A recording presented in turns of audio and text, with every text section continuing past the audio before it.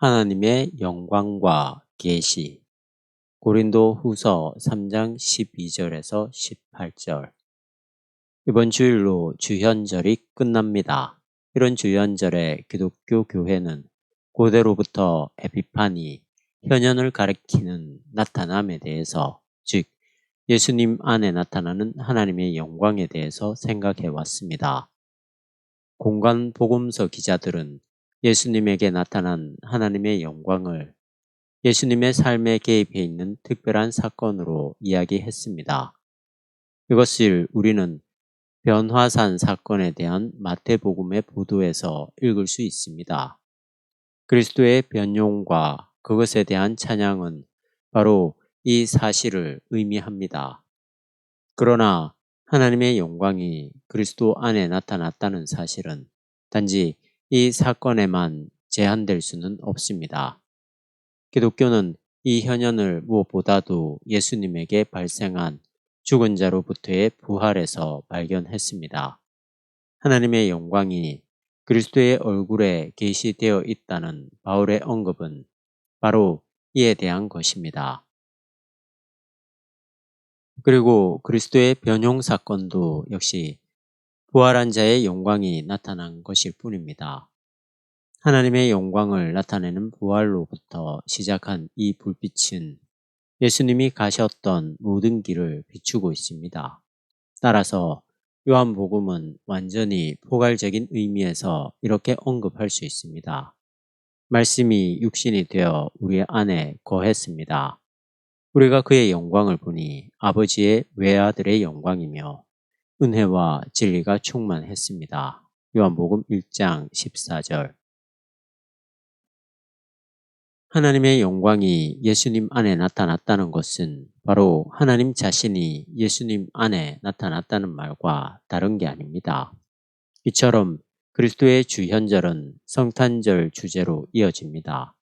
그런데 하나님의 인간 되심은 오직 단 한 번 이루어진 예수님의 탄생과만 관계가 있는 게 아닙니다.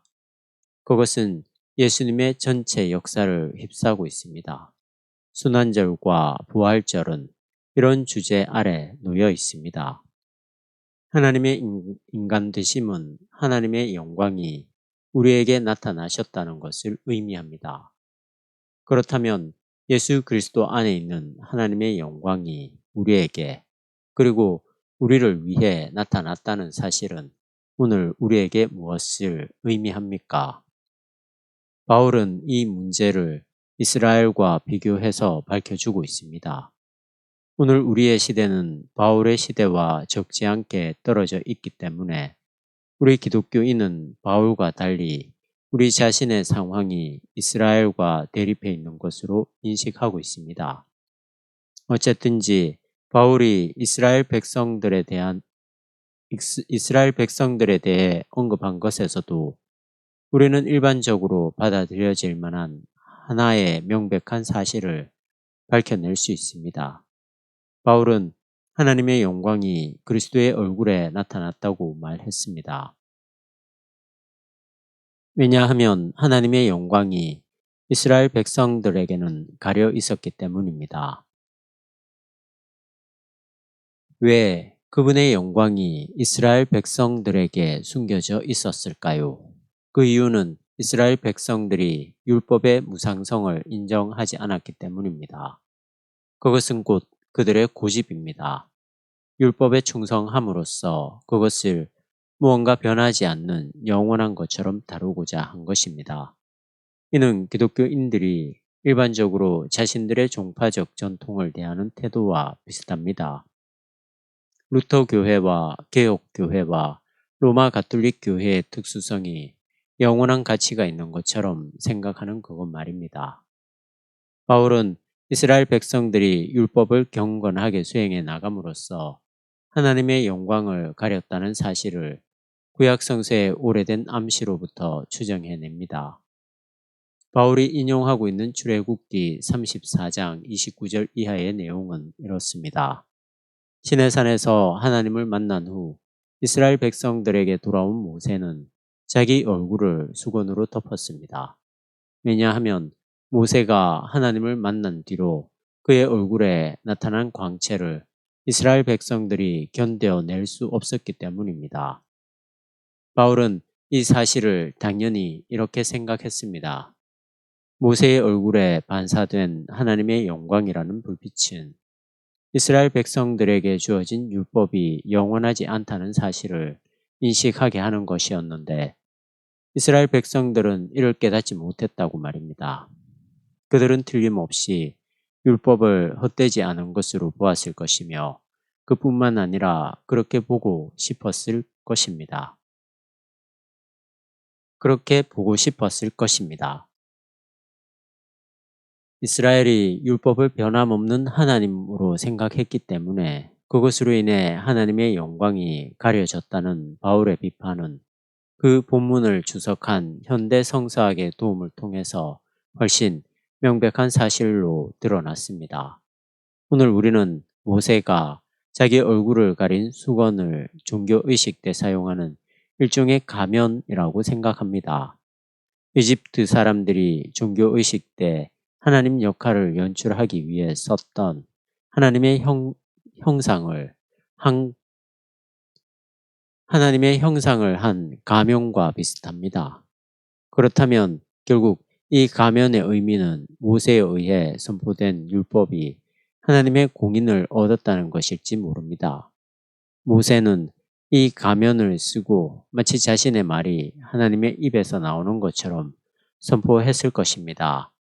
영원하지 않은 질서에 신적인 권위를 빌려주어야만 했던, 그래서 그 질서가 절대적인 것으로 유지될 수 있게 한 하나님의 가면. 여기서 영원하지 않은 질서를 종교적으로 절대화시키는 그 대상은 예수님의 부활 가운데 나타난 영원한 하나님의 영광과 날카롭게 대립합니다. 바울은 여기서 이스라엘 백성이 율법을 절대화하는 것에 대해 비난하고 있는데 바로 이 사실에서 우리는 인간이 보편적으로 무엇을 추구하고 있는지 알 수 있습니다. 우리는 모두 우리 삶이 지향하고 있는 그 질서의 허무함을 숨겨보려는 경향이 있습니다. 가장 가까운 예를 들자면 그 마력적인 능력을 이미 상당히 잃어버리기는 했습니다만 국가라는 게 바로 그 경우일 것입니다.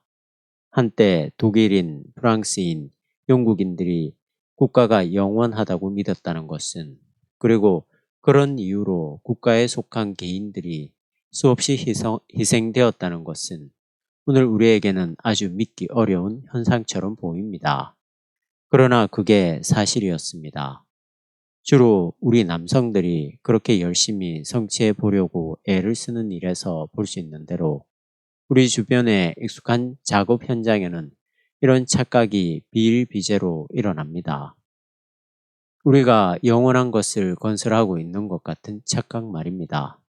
제 개인적인 생활 영역에서 한 예를 든다면 아마 저술 활동이 이에 해당될 것입니다. 그런데 가정주부들의 활동에서는 자녀들과의 관계만 제외하면 이런 착각이 별로 일어나지 않는다고 말할 수 있습니다. 헛된 것들을 마치 영원히 존속할 것처럼 여기는 사고방식은 자기 죽음에 대해서 늘 그렇고 그렇게 생각하는 태도에서, 즉 일상적인 것과 비슷하게 생각하는 태도에서 드러납니다. 우리는 대개가 건강하게 살아가고 있기에 그 건강이 늘 지속할 것으로 생각합니다. 이처럼 우리의 미래를 그냥 묻어두고 살아가는 것이 과연 바람직한 자세입니까? 아닙니다. 그것은 바로 바울이 말한 인간의 고집입니다. 우리는 영원하지 않은 것들 가운데서 그저 그것이 늘 계속될 것처럼 착각하고 살아간다는 말입니다. 여기서 바울은 이 헛된 것들이 나름대로 자신의 품위와 자신의 영광이 있다는 사실을 절대 부정하지는 않았습니다. 이 사실은 직업 세계나 가족이나 시민 세계에서도 유효합니다. 무엇보다도 이스라엘 사람들을 그렇게 열정에 사로잡히게 한 율법의 세계에서 아주 확실했습니다. 그러나 영원하지 않은 것들은 절대적인 영광이 없습니다. 절대적인 영광은 영원한 하나님에게만 속해 있습니다. 이스라엘 백성들은 모세처럼 하나님을 향해 나아갈 가능성이 있었습니다. 그들은 하나님에게서 율법을 부여받았는데 이것은 하나님에게로 선회할 수 있는 큰 가능성입니다. 이 가능성은 하나님과 계약을 맺은 이스라엘 백성들 앞에 늘 선명하게 놓여 있었습니다. 이 가능성은 또한 우리 기독교인들이 종파적 전통이라는 우상 숭배로부터 돌아설 때 확실하게 주어집니다. 그 당시 이스라엘 백성들은 종종 우리 기독교인들이 그랬던 것처럼 하나님에 의해 주어진 질서를 철저하게 수행해 나감으로써 그것이 곧 변하지 않는 하나님과 관계된다고 여겨질 때만 하나님을 생각하고 하나님에게 충성했습니다. 이것이 바로 우리 인간입니다. 우리는 늘 은사를 그 은사의 제공자와 바꿔치기 하면서 살아갑니다. 우리가 교회 질서, 예배 형식, 경건과 교의, 그리고 성서 문자를 고수하면서 그것이 곧 하나님을 섬기는 것이라고 믿는 경우가 얼마나 자주 일어나는지 모릅니다. 이 모든 것들은 늘 변하고 허무합니다. 이런 것들이 나름대로 자신의 영광이 있긴 하지만 한계가 있습니다. 이 모든 것들은 자기에게 주어진 시간 안에서만 하나님의 영광을 세상에 반사해 내야 합니다. 그런데 오늘날 이 헛된 것들이 더 이상 이런 일을 하고 싶어 하지 않는 게 아닐까요?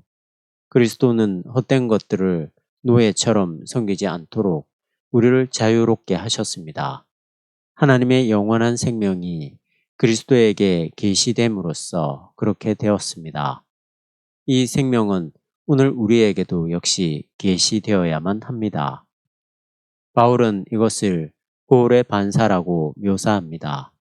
우리는 예수님의 부활에서 계시되는 영원한 생명의 부활을 모세가 여호와의 영광을 반사해낸 것처럼 반사해야 합니다. 이 영광이 없는 한 우리는 허무한 것들에 의해 뒤덮여 버리고 말 테니까요. 부활한 분에게서 계시되는 하나님의 영광으로부터 빛이 흘러나옵니다. 이 빛은 우리가 각성할 수 있도록 우리의 마음을 비춰줍니다. 바울은 창조 첫날 선포된 빛이 생겨라 라는 말씀과 비교함으로써 이 사실을 알았습니다. 고린도 후서 4장 6절. 이 빛은 그리스도 안에 계시된 하나님 자신의 영원한 영광에서 비추어 나옵니다. 모세가 마주대한 구약 성서의 주님, 그리고 오늘날 기독교인들의 주님은 이제 바울에게서 서로 맞물려 연결됩니다.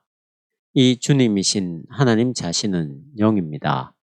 부활한 분에게서 비춰지는, 그리고 우리를 모든 무의미한 것으로부터 성탄절과 부활절의 기쁨으로 해방해주는 빛입니다. 성령은 단순히 그 출처가 모호한 초자연적인 능력이 아닙니다. 성령은 부활한 분에게서 비치는, 그리고 우리에게 반사되는 영원한 생명의 영입니다. 바울의 설명에 의하면 이 사실은 우리가 그리스도의 형상으로 변화되어야만 한다는 것을 뜻합니다. 고후 3장 18절.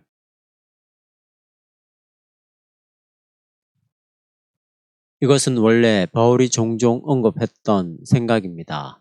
고린도전서 15장 49절에서도 이르기를 우리가 예수님의 부활에서 계시된 새로운 인간의 형상을 입게 될 것이라고 했습니다. 여기서 말하는 새로운 인간은 살리는 영입니다. 우리는 변화되어 하나님의 영광으로 들어가야 합니다. 그래서 빌립보서는 우리가 변화되어야 할 영광의 몸에 대해서 언급하고 있습니다. 빌립보서 3장 21절. 이러한 모든 것이 의미하는 바는 일종의 피한 세계를 위한 위로가 아닙니다. 예수님의 부활에서 나타난 하나님의 영원한 생명의 계시는 지금 여기서 이미 우리의 삶 속에 나타날 것입니다. 이것은 우리가 허무한 것들의 노예 상태에서 해방되어 하나님의 영원한 생명이 허락하는 자유를 얻음으로써 발생합니다. 이런 사실이 의미하는 가장 중요한 점은 우리 자신의 현존을 둘러싸고 있는 무의미한 것들로부터 우리가 자유로워져야 한다는 것입니다. 그래야 우리는 다른 사람을 향해서도 자유로워질 것입니다. 이런 자유를 획득하게 됨으로써 하나님의 영원한 생명이 다른 사람들에게도 반사되어 비칠 수 있습니다. 이것이 우리와 모든 이들에게 의미하는 바는 자기 현존의 중요성을 자기 자신의 염려에서만 그리고 잘 먹고 잘 사는 데서만 찾으려는 이들이 떨어지기 쉬운 무감각으로부터 자유로워지는 것입니다. 덧없는 것들로부터의 자유는 우리가 모두 견고한 사회적 기득권으로부터 자유로워지는 것이며 또한 이와 더불어 현재 가능한 인간의 새로운 영광을 자유롭게 현실화시켜 나가는 것을 의미합니다. 이 새로운 영광 안에서 하나님의 영광은 아주 선명하게 나타납니다. 덧없는 것들을 섬기는 것으로부터의 자유는 모든 정신적인 억압으로부터의 자유를 뜻하기도 합니다. 국가와 그 통치에 대한 믿음으로부터의 자유, 권위적 전통으로부터의 자유입니다. 그러나 그것은 곧 인간이 영원한 생명의 형상으로 변화하기 위한 자유입니다. 또한 그것은 강압적으로 선포되는 설교와 교육, 경직된 교의학과 성서문자주의에서 벗어나서 하나님의 영광이 교회에 드러나며 모든 기독교인이 하나가 되기 위한 자유를 의미하기도 합니다. 하나님의 영광이 우리의 세상에 반사될 때 하나님은 우리에게 계시됩니다. 이런 점에서 기독교인의 삶은 고난과 십자가를 의미하는 게 아닐까요? 이 고난과 십자가만이 하나님의 영광이 이 세상에 임하게 하려고 우리가 받아들인 그리스도라는 이름을 그 이름답게 할 수 있습니다. 이를 통해서 하나님의 영광과 하나님의 통치가 세상에 반사됩니다. 1966년 주현절 마지막 주일 마인츠 대학 예배